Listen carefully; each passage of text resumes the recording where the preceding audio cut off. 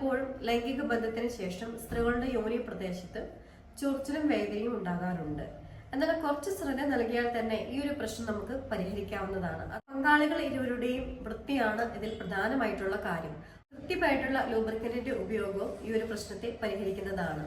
എല്ലായ്പ്പോഴും തന്നെ private part വൃത്തിയായും അതേപോലെ തന്നെ ഡ്രൈ ആയിട്ടിരിക്കുന്നതിനും ശ്രദ്ധിക്കേണ്ടതാണ്.